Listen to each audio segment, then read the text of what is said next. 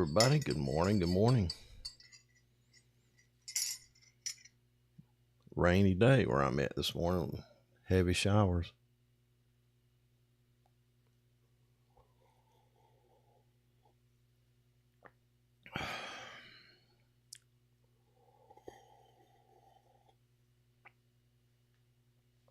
Hope everybody's doing well today.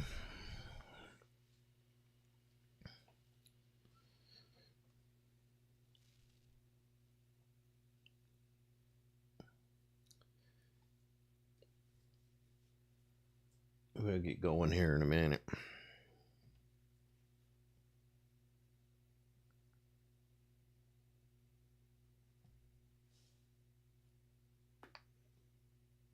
Today. What? Okay.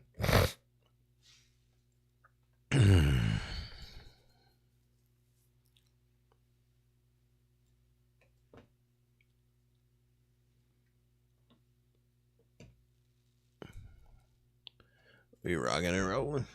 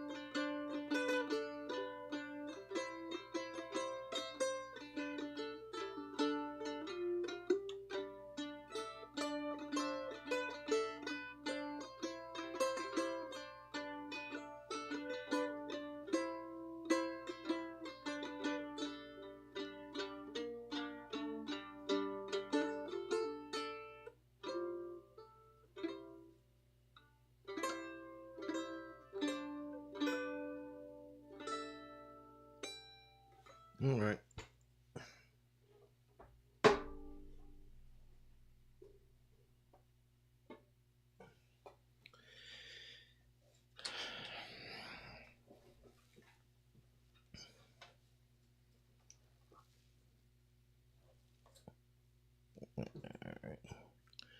Good morning, everybody.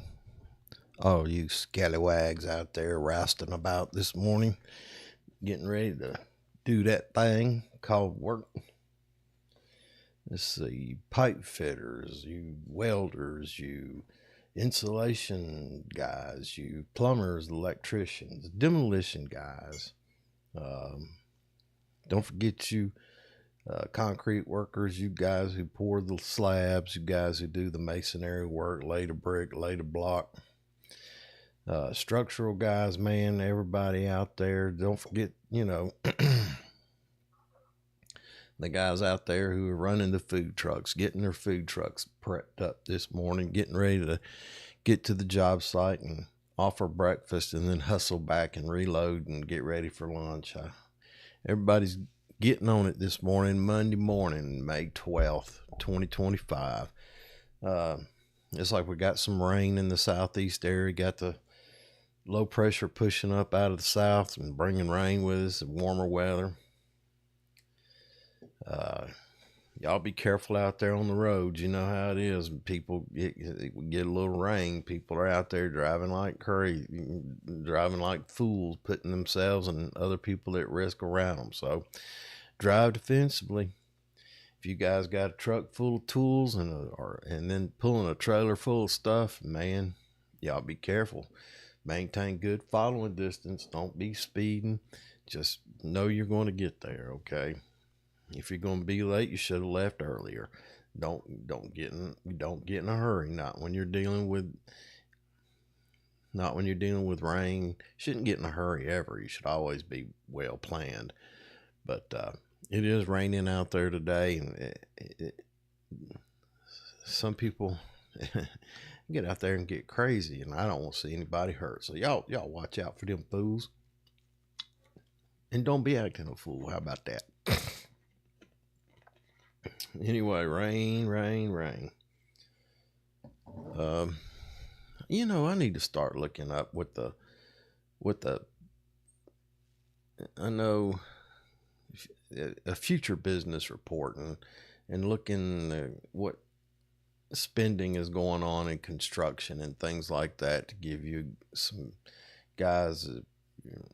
If you're itinerant, you can move on and know where a new hot market is and what fields. Right now you ought to be doing good in the power generation fields out there, revamping some of these power plants, putting in new power plants. We're probably going to be burning more coal, and there's some power plants that have been idle. They may bring those back up, and my experience says it takes a lot of work to bring up a plant that's been down for a while. Paint peeling and everything. You gotta think about it. Them old boiler rooms stay warm, and if they're painted, that paint was applied at that temperature, and then the temperature is not maintained at a steady rate anymore, and just moisture gets in behind the paint, between the paint and the steel, and it starts flaking. And anyway, infrastructure. I know the highways, we're in big doo-doo with highways all over the country. So if you guys are experienced road workers out there, be careful. People in the car, they're doing 100 different things, and they are. We all are. Right now, if you're driving, you probably got a cup of coffee, changing the radio dial, or talking to your guys, or trying to get in touch with your supervisor, and all kinds of things are going on around you, and you're still trying to make destinations to pick up guys, pick up tools and equipment, pick up materials, whatever.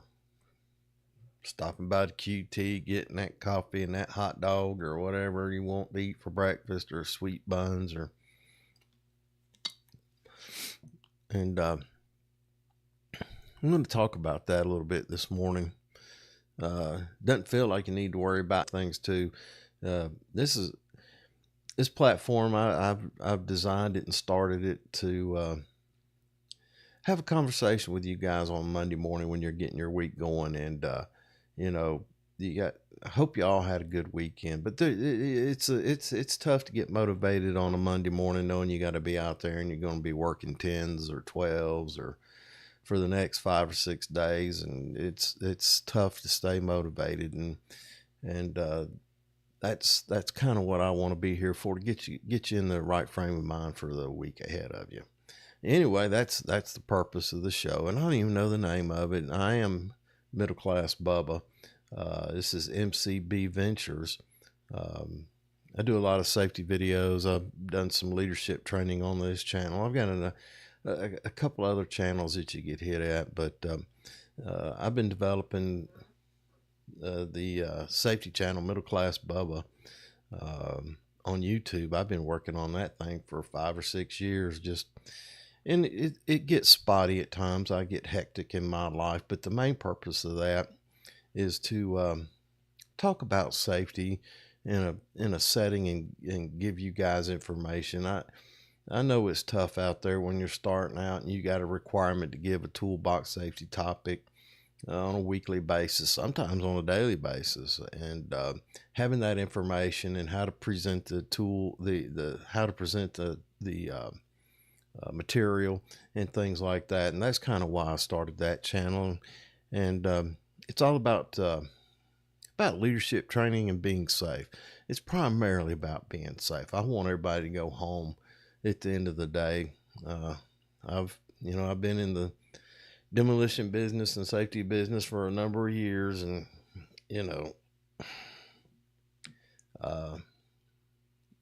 I've seen some terrible things that could have been avoided through training and hazard recognition, and that I set that goal. And this live stream that I do every Monday morning at 5 a.m. is kind of a continuation of that, where actually we can have some real time. If your guys are sitting around in the truck and you're driving to the job site, and you want to get the guys in the mode. I know you want to listen to your rock and roll or whatever. You listen to the radio, some of your talk shows, some of your music and all that. But if you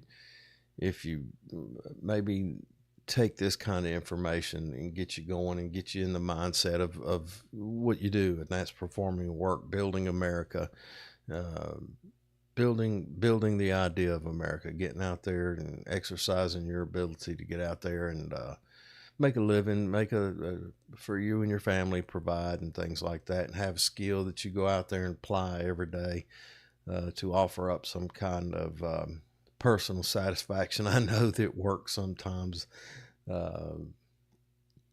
it's easy to fall into the trap of not being excited about what you're doing for the day because it's become mundane and routine.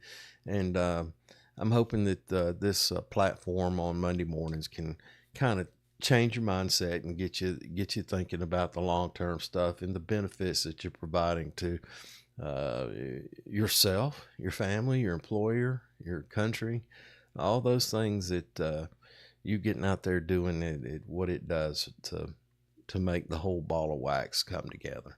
Anyway, that's why I'm out here every morning. I haven't had any viewers, and I did it for a while, and then I made a commitment, and it was kind of tough to do it, and I hadn't figured out how to do it live, and I had to travel. So that 5 o'clock hour I had to be using for traveling to get to a project that I had. I don't know if I volunteered or what do they call it, where you're not really volunteered, but I don't know. But anyway, got itch in my ear. Hang on a minute. That was that. And so now I'm back into the swing here.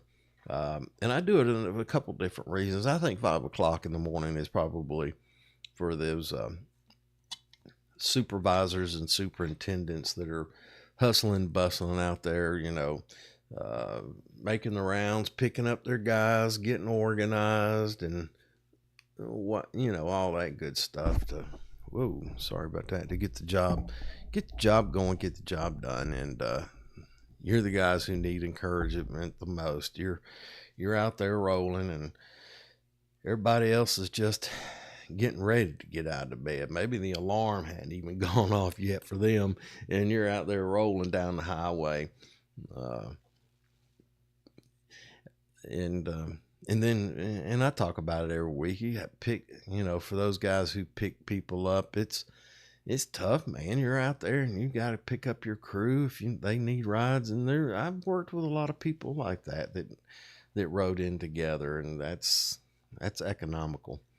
But you guys who getting that ride now, I want you to respect your supervisor or your buddy's time. If he's done got out of bed an hour early in front of you to buzz around and pick you guys up, I hope you respect his time. I hope you know that he's had to make an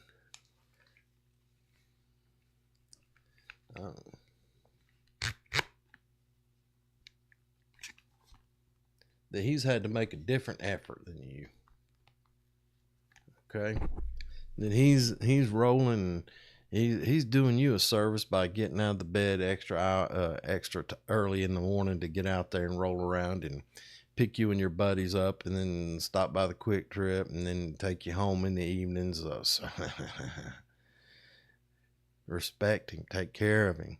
He's doing all that for you, helping you out where it would cost you more to provide your own transportation. So respect his time, respect each other's time, respect each other's property and time and all that good stuff. Anyway, we talked about the rain and the weather. One thing I always encourage people to do is have a grateful day in some shape, form, or fashion. Be grateful. I figure myself grateful to be here right now with you. And that's one of the reasons I do it on Monday morning, because I've got a routine where, I rise well, this morning I was up a little early, about 10 after 4. Excuse me. Beat the alarm, got my coffee made, and got down here and started fooling around and getting things together so I could have conversations with you guys.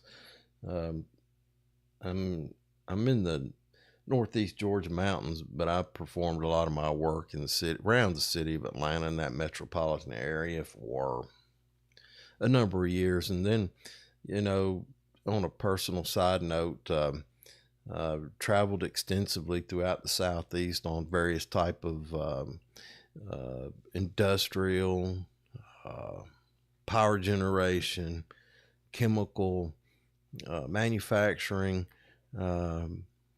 both in construction and demolition. I've been a safety officer, project manager, operations manager, general manager, and all that stuff. But I've always insisted that I never have a title on my business card, because I just don't put much stock in titles. You're out there working, I'm out there working, and we're all out there working and hustling. We're all out there working and hustling, and I naturally, to tell you the story about that with safety, it's my first career was in the transportation, trucking, distribution, that kind of thing. And I was in a career change, and I was probably 38, 39, somewhere around in there. And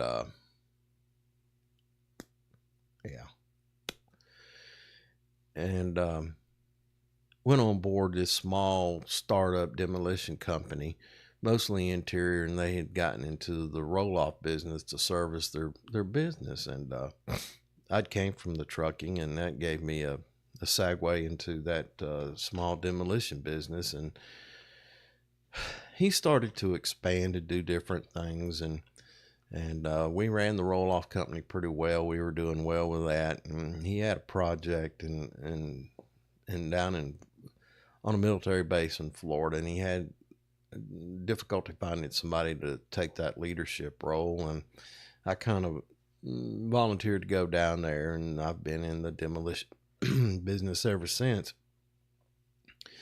And we would go onto a job site, and we'd bid a job as we were growing, and they would ask for specific things like, do you have your company EH&S? And I was like, what in the world is that? And Google, cut, paste, and put together what I thought then was a decent program and presented it. When I look at it today, it was really nowhere where it needed to be, but it got us to work. And then they would ask about, PTPs. Have you done a toolbox safety top? And I was learning all that stuff, and we were trying to be good clients to important customers, and I just developed it, helped develop that company in that arena, and then moved on to working for a safety officer for a pretty large demolition concern. It was a wonderful experience, wonderful people to work for, and I spent 7 years with them, and had a wonderful time. And then had an opportunity back closer to home, less travel. Well, by then I'd lived in the mountains of northeast Georgia, so traveling was what I did then too. And when I was traveling, living in Atlanta, and traveling home on weekends to the mountains, and helped with another demolition company. They were doing some structural demolition, but most of their stuff was on the interior, and they need some leadership. And I gave them a 3-year contract, and went to work and developed that. And it was another wonderful company, good guys to work for, but I made a 3-year commitment, and that's what I was going to stick to. So, and now and then I get a call, and I love getting out in the field with you guys and working with you and sharing my knowledge, and more than safe. You can't ever say more than safety. Safety is paramount. And when you develop your system around being safe, keeping your guys safe, you create process and procedures that make your operations more effective. And when you look at it like it's a drag on time, until you realize how more productive you become, because you have regular discussions talking about means and methods and plans, and what and the time frames that things need to be done in. So I began to developing that as a leadership style, where you used safety to provide, you're filling all these processes and procedures, and you learn to do it quickly, and you learn to do it effectively, and it gives training to the field force, gets everybody on the same page on a project. It just seems that projects are, I like to use the phrase safe, timely, and efficient, where safety is paramount in the operation. But production has to be maintained. We have to ensure that we have high levels of production. And so it was just my idea to start combining the two, and it should always be that way. You incorporate a lot of things into your operations, and that's that idea of continuous training, and it's not like you're in the classroom all the time. That's not what I mean. But when you're on a job site, we're always looking out for one another, increasing our skill sets and our knowledge base, so that we become more valuable as human beings because of our skill sets, and more valuable to the company, more valuable to the contractor. Our likelihoods of coming home without injury increases, and the likelihood of our coworkers going home without injury increases, which is a benefit to the company, benefit to you. Anyway, that's why I do the things of what I'm doing. Now, I'm on the satellite here, guys. If it starts buffering or feeding out on the live stream, then you know what's going on, especially with we're getting some pretty heavy rains up here right now. So we're on the we're right on the divide. I'm right on the eastern divide. I'm east of the eastern continental divide. So I'm at 2150 feet, and elevations go as high as 3650 around here, and I'm kind of in a valley, and so we get a lot of heavy cloud cover, and I am, like I said, on the satellite, and you know what it's like when, if any of you have ever had direct TV and the rain gets a little hard and it'll pause or buffer or whatever. So I'm in the same situation. So if you see any buffer and you see me going, you know I'm probably buffering. Anyway, that's the way she swings, and that's what we're doing out here. Back to you guys. Hey, if you're out there and you're flipping through and you're at home and something in this algorithm has haven't stopped streaming. Well, there we go. Back on. Jump. Y'all may not see it. It may not have that, but Starlink from time to time will just drop off and then it'll pick back up.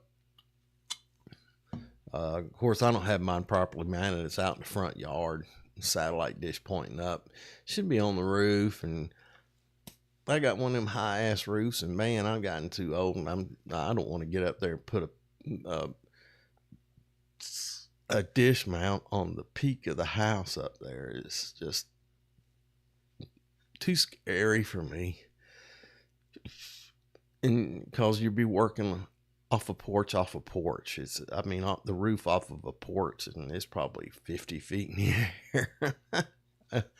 I got safety equipment. I don't know if I can get fit anymore. Gotten kind of fat, but one of these days, maybe when you guys will scroll through this, say, hey man, I'll come put that up for you, and we can just cook me dinner and feed me and the kids or whatever, and we'll have a heyday. We'll start a fire and cook some food, and after the work is done, then there might be a beer or two. But anyway, that's the story, and I'm sticking to it. It looks like right now we're pumping out pretty good. It says excellent connection, CPU's usage is down, so we're pumping out. All right, so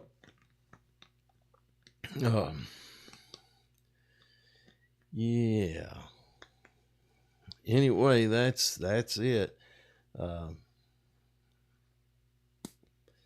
So when we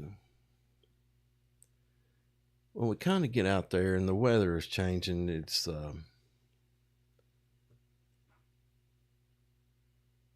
time to start thinking about heat-related illnesses, and it's 25 after, so I'll spend a few minutes talking about that. Let me see if I can get this thing to work. There we go. Yeah, what I've got here is just this is the OSHA website, and I'd like to go over some of the stuff with you. There's several heat-related illnesses that can affect us. And it says here, millions of workers are exposed to heat in their workplace. Although illness from exposure to heat is preventable, every year thousands become sick from occupational heat exposure. In some cases are fatal. Most outdoor fatalities, 50 to 70%, occur in the first few days of working in warm or hot environments because the body needs to build tolerances to the heat gradually over time. The process of building tolerance is what is called heat acclimation. A lack of acclimation presents a major risk factor for fatal outcomes. Now, if you work every day and you stay in the same environment, say you work in the Birmingham area, and that's your place where you work. Well, you're a part of that environment, and so on a daily basis you're exposed. So as temperatures climb, you're pretty used to them. What they're talking about here is, say that you live, you're a welder and you live in the Appalachia part of the United States, say around North Carolina, Tennessee, and that area, and you've been working there for considerable time, and And all of a sudden it's coming into summer, and there's a job opportunity for you in Arizona or New Mexico or parts of Texas. Say you get a job down in the Houston, and it's hot and it's muggy in Houston, and then all of a sudden you're in there making, welding in Houston, where you're used to being in, say, in the Appalachia. Well, you're not acclimated to that kind of those higher temperatures and higher humidities, and you jump in there, back home, you're known as a real workhorse. You jump in and get the work done, and you take breaks, but they're quick, and you're moving along, and then you're out there, and all of a sudden you're beat out after about 35 minutes and 95-degree weather and 80% humidity. And that's what they talk about being acclimatized. Acclimatization is where you have an opportunity when you move into a new area that let your supervisor, when you get on that job, know, hey man, hell, it wasn't even over 60 degrees where I was working at. Now we're in 95 and I'm struggling here, and take the ample breaks. And there's some requirements out there that you need to have a shaded place provided for you with ample drinking water. Now, that drinking water doesn't have to be cold. It does say, I believe, cool.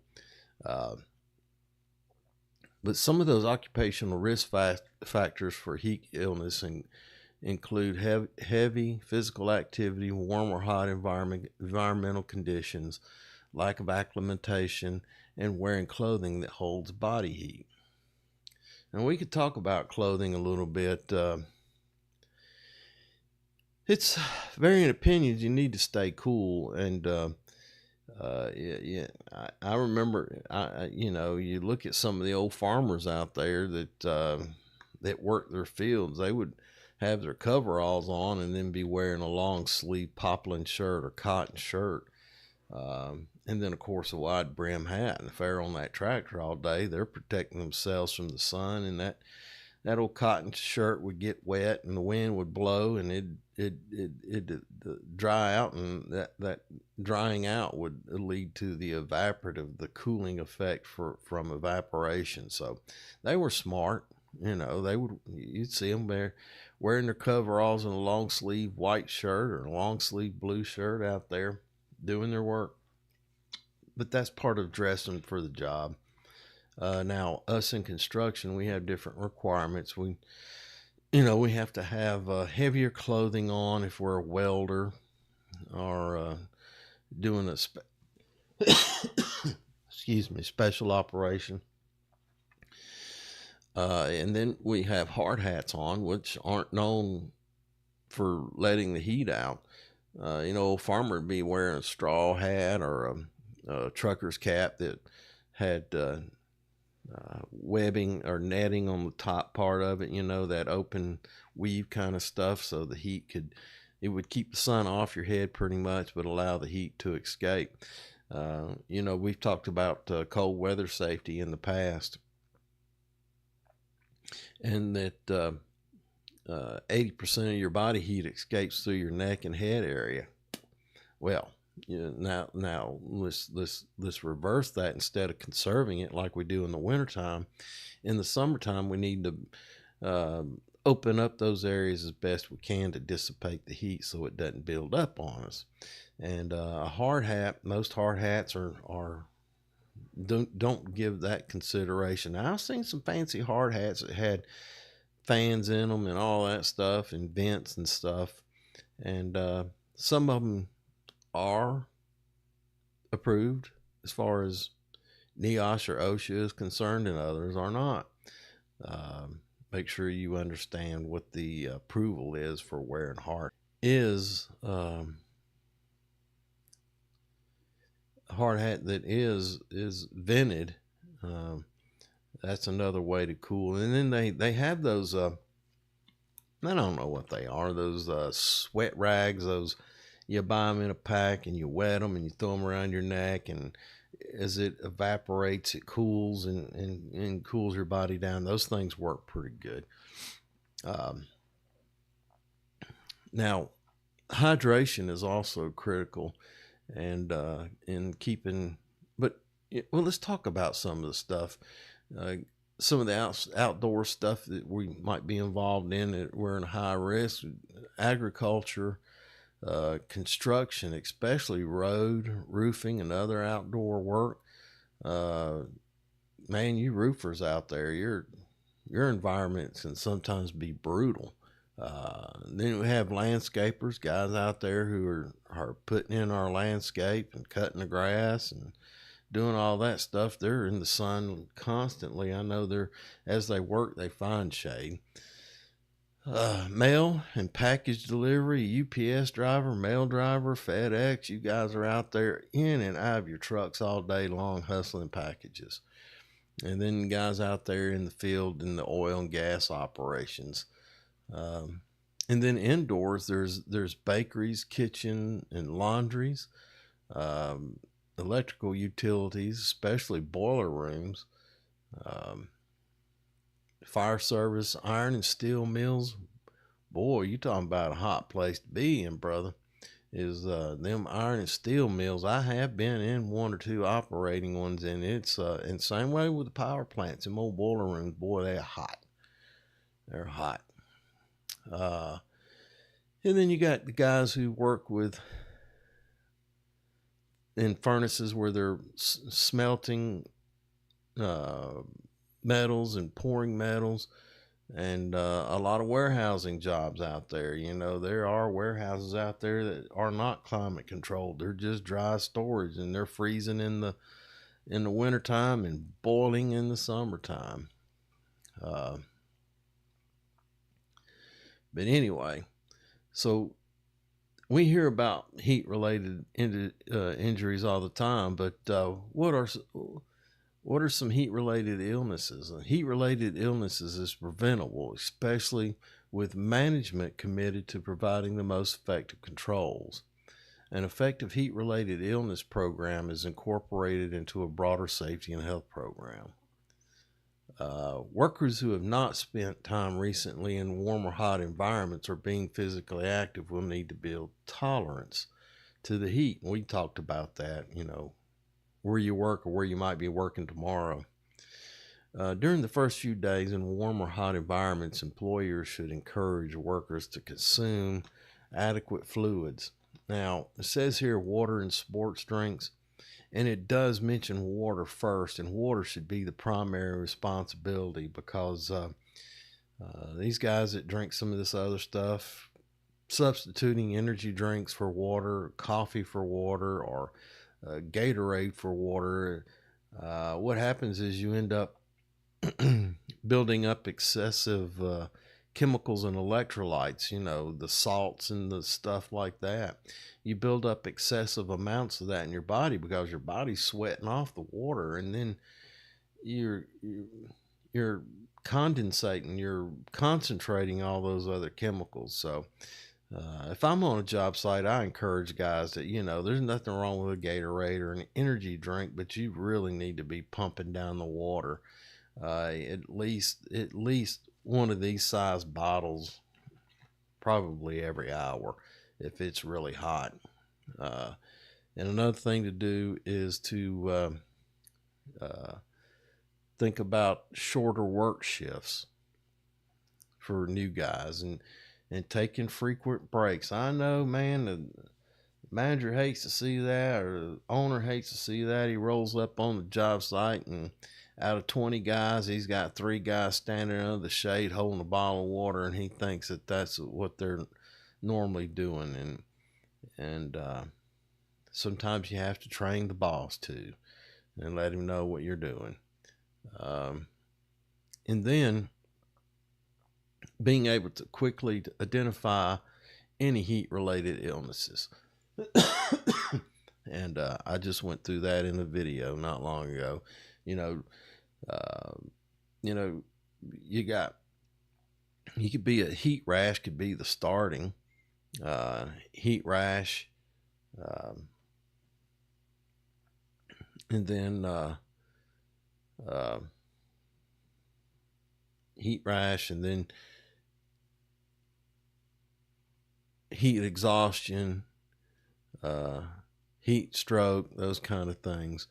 But a lot of times it just starts with a heat rash. But as long as as long as you train yourself and your employees on the recognition of those things, you catch it soon enough. You can, hey man, you need to go cool down for a little while, take it easy. And because all these heat related illnesses, they're expensive when somebody gets sick. Just think about it. If a man gets sick on the job site and it's heat related, you're dragging two men out of the field, or one man out of the field with illness, and then one or two men who are either sure they have the shade and adequate drinking.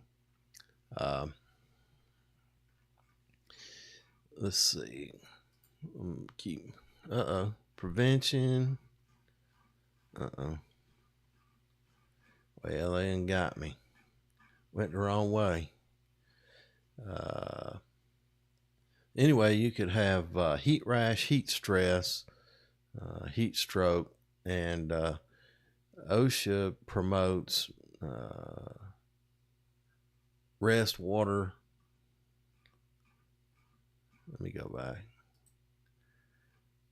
How hot is too hot?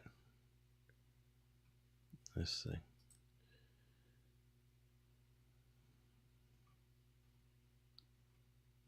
Yeah.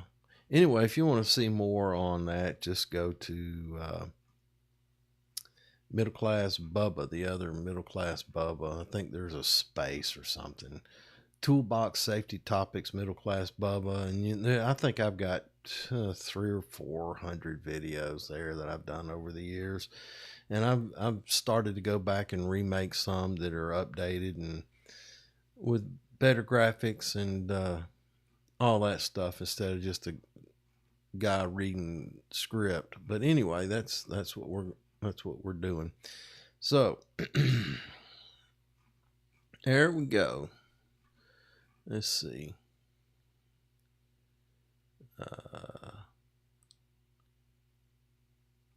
Let's see what kind of heat publications there might be out there.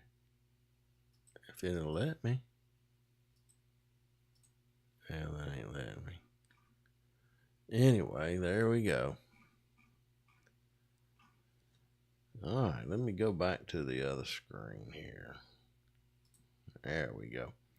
Well, that's my thoughts on it, guys. It's start plugging that in. Start doing the training.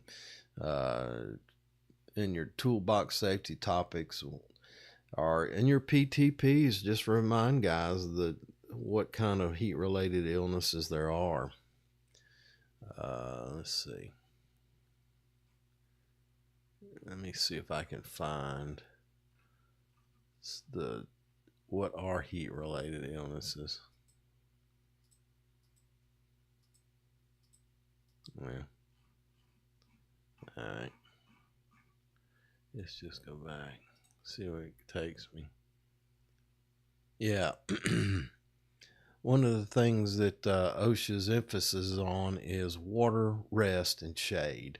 So that's the emphasis. So if you're having a toolbox safety topic, talk about the types of illnesses and then how do we prevent it and recognize it.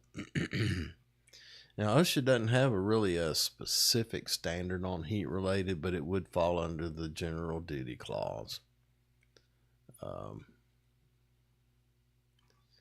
Let's see if I can just type in types of heat related illnesses. And I know this stuff inside and out, but when I'm talking to you, I can't remember anything. Types of heat related illnesses.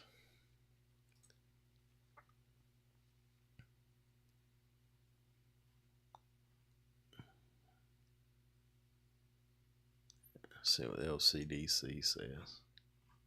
Yeah, let's take a look at this. All right.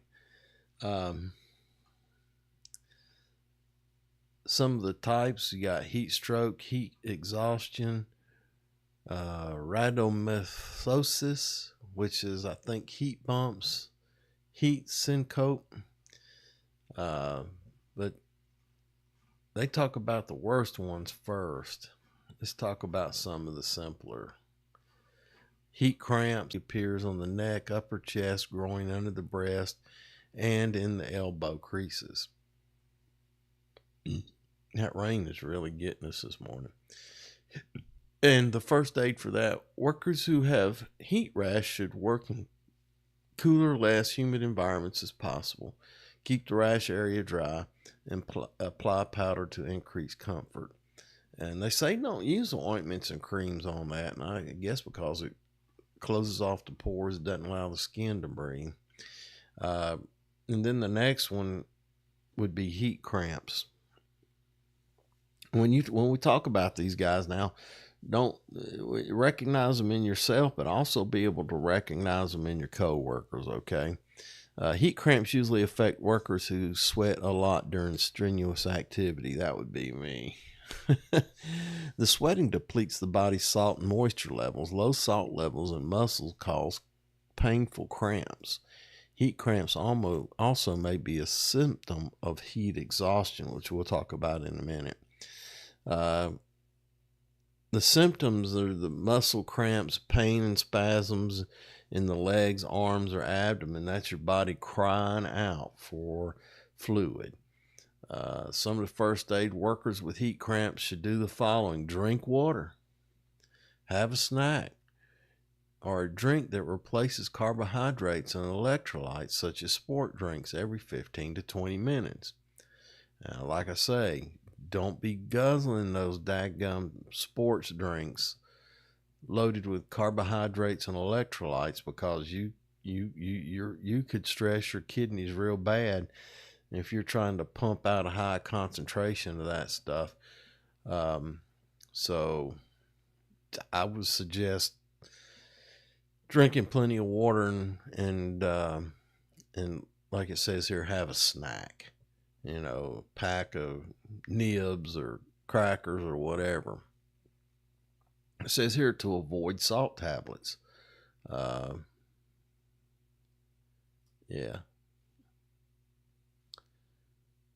Get medical attention if the worker has heart problems or is on a low sodium diet, has cramps that do not subside with 1 hour. So if you're working with somebody and they're having those symptoms, let's get them hydrated and get them a place. Every time you rest, every time you get out of the heat and give your body a minute, it resets your temperature. You recover. And then after heat cramps, what is heat? Heat syncope is a fainting episode or dizziness that usually occurs or standing too long or suddenly standing after sitting or lying. Factors that contribute to heat syncope include dehydration and lack of acclimation. So it's dizziness and lightheadedness, and the first aid is just to sit in a cool place and slowly drink some water or clear juice or sports drink. I still say stick with the water. And rhabdo is a medical condition associated with heat stress and prolonged physical exertion.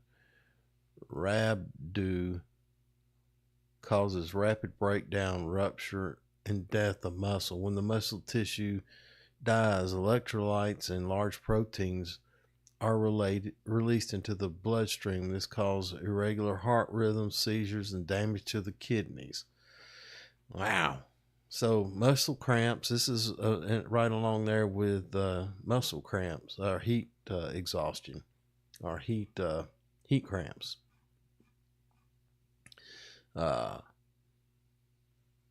Dark urine, weakness, exercise intolerance. Hell, I got exercise intolerance right now. So anyway, and then we start talking about some of the more serious ones. look at heat exhaustion. What time is it? I want to make sure I don't run you guys too long.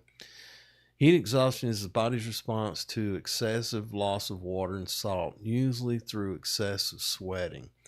And some of the symptoms of heat exhaustion is headache, nausea, dizziness, weakness, irritability. Man, I might be having heat exhaustion pretty regular. Thirst, heavy sweating, elevated body temperature, and decreased urine output. And I've kind of experienced some of this stuff working in some very hot environments out there, and watching the guys, man, you could see their color changes, and they keep working. And then I have before just called a general break where we got under some shade and had some water, and we were working with the crane, and we got that pick done. And I said, all right, everybody, huddle, get in the shade. And we took 10 minutes or so and drank a bottle of water and started standing and stretching and getting everything flowing again and back to work. Didn't lose that much productivity, and the guys were better at it because they had recovered. But first aid for heat exhaustion, take workers to a clinic, or if that's bad, have someone stay with a worker and all that stuff. That causes heat exhaustion. And then heat stroke and heat exhaustion, those are medical emergencies. Heat stroke more so. But just get the guys away from the hot area and give lots of liquid to drink. And loosen their clothing and cool the worker with cold compresses, and have them drink plenty of water. Anyway, I think we about beat that dead horse. I think we about beat that horse to death, boys and girls. So, yep, here we are as we roll into the summertime. Keep these things in mind. I'm sure I'll talk about it again from time to time. Anyway, I'm sure you're tired of hearing about that. Y'all, somebody send me a joke. Somebody tell a joke. Anyway, as we go about out there and do our work, just look out for your fellow guy and have good relationships. And that's tough when you're riding with, 3 or 4 guys in the truck with you that you've picked up. One of them's in a grumpy mood, and his wife didn't treat him right, or got in a fight with his brother or whatever, and he's still angry. Went to bed angry, woke up angry, and in the truck angry with you. That could be a real downer. We used to call that something, give you attitude adjustment. Put him out on the highway on 285, get out of the truck. Call it Uber. One of my daughters, she's a young thing. She must be 6 or 7 years old. And I guess she was hard-headed and independent. But she was in a foul mood one time, and we'd gone to the beach. And she was being a real snot. And here we are, we done drove down to the beach, and we're out there having a good time. And she wasn't having a good time for whatever reason there was. And I think it was just she didn't get what she wanted when she wanted, so she was having a terrible time. She was determined she's going to make everybody else miserable. And we was down on the beach, and I took something, and I made a big old circle around where we was sitting. Great big old circle. And I wrote in the sand, Happy Land. And we're going to be happy in there. And she had that old bad attitude and made her sit outside the circle. She couldn't be with us. She had to sit outside of Happy Land.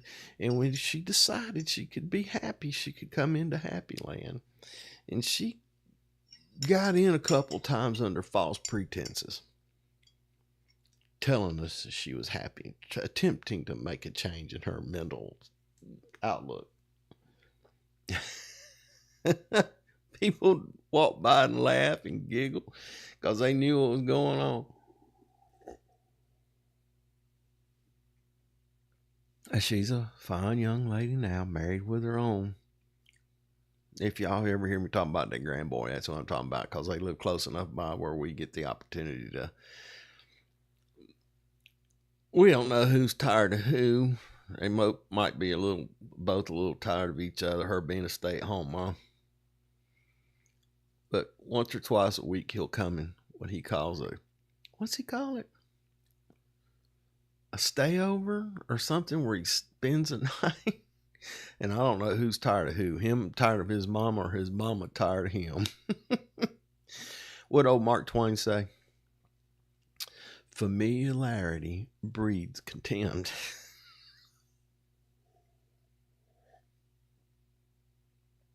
And I can certainly understand her point of view, because he's a little boy, and he is a little boy. We was talking about yesterday. Was it yesterday? Saturday. We was gathering together as a family for a memorial for a lost family member. And I told him, I said, I figured it out. I said, little boys have got lithium ion batteries. And they're designed to go wide open until they're down about 20%. And then you got to start managing them, slowing them down and cooling them off, and then getting them recharged. And you put them in the charger, give them a snack or a sandwich and something to drink. And in an hour, they're back to 100% ready to rip and roar again. And that cycle might go 3 or 4 times a day before you finally put them to bed. But and I said, little girls are kind of like a 12-volt system. They just steady output. They're both burning energy. They're just burning it differently. And that little boy, he's and that's cool. Try to give him that opportunity to burn that stuff off. Got to keep him. And anyway, you got to motivate them. And that's the same with us. We have to be motivated, and we getting out there, and here it is, 5 minutes till 6, and some of you still in the bed, don't even know about this, might catch it in a scroll. That'd be wonderful to have somebody who wanted to wake up and see me. I know that's why I do it on Monday morning at 5 o'clock, is because when I get done here, there's a radio show I like to listen to. Guy's name is Mike Slater. But the first half hour of his radio show, he talks about being grateful and trying to motivate people to look around and find things that they are grateful for. And it's good for me. I like watching him and listening to him, because I think we all should be grateful for something. I'm grateful to have the opportunity to sit with you here this morning at 5 a.m., believe it or not. And, nobody may ever watch this. Nobody may ever listen to it, but at least I had the opportunity to do the reach out and learn a skill set. Sitting here looking at a camera, doing the sound and putting stuff up there to present to you and help you have a safe and productive day and week. That's my motivation. So I'm grateful for that opportunity. I find out the more I look for things that I'm grateful for, the more I find. And it changes your mental outlook. It changes a whole lot of things in your life if you're open to those things. And I believe that's the first step. Being open and forcing yourself to look on the bright side of life and find those grateful things. So find something grateful. Look around, and the great group of guys you get to work with on a daily basis, even though sometimes you have disagreements and you get mad at one another because you're hot and tired and all that. But at the end of the day, you'd rush in to save your friend. And That's why we have this safety training, so you can take care of your friends and coworkers. And even with this heat exhaustion, you carry that into your personal life. You got kids on the ball field playing softball, playing soccer, whatever, playing tennis, whatever they're doing. At least when you start training on that people recognize that Johnny might not be feeling well. He didn't get good breakfast this morning. Maybe what in the world?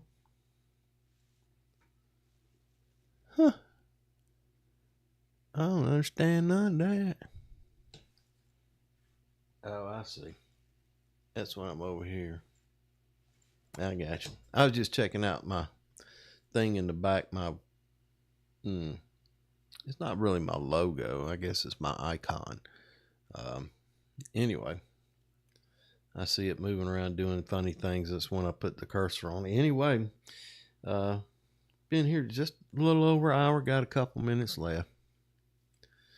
And I didn't see anybody pop on, but who knows? I'll just keep doing it. And if you scroll through and you see this, man, leave a comment. Give me a thumbs up. Give me something. Say, hey, man, appreciate it. I'll try and catch you next time. I imagine ain't that many people know about me. I'm just sitting up here in the mountains and getting ready to start my week and making an effort to offer up inspiration and motivation for the rest of you guys, because if we don't motivate and inspire each other, who will?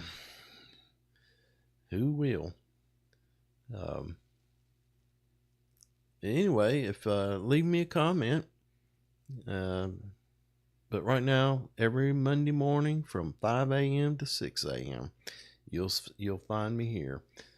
May change in the future, but right now, this is just a starting point. And I appreciate you stopping by, and I appreciate you watching. And most of all, I want you to have a grateful day. Have a grateful week. Find something to be grateful for and share that. Share being grateful. Make other people look for gratefulness. Find things to be grateful for. Anyway, I'm going to wrap it up.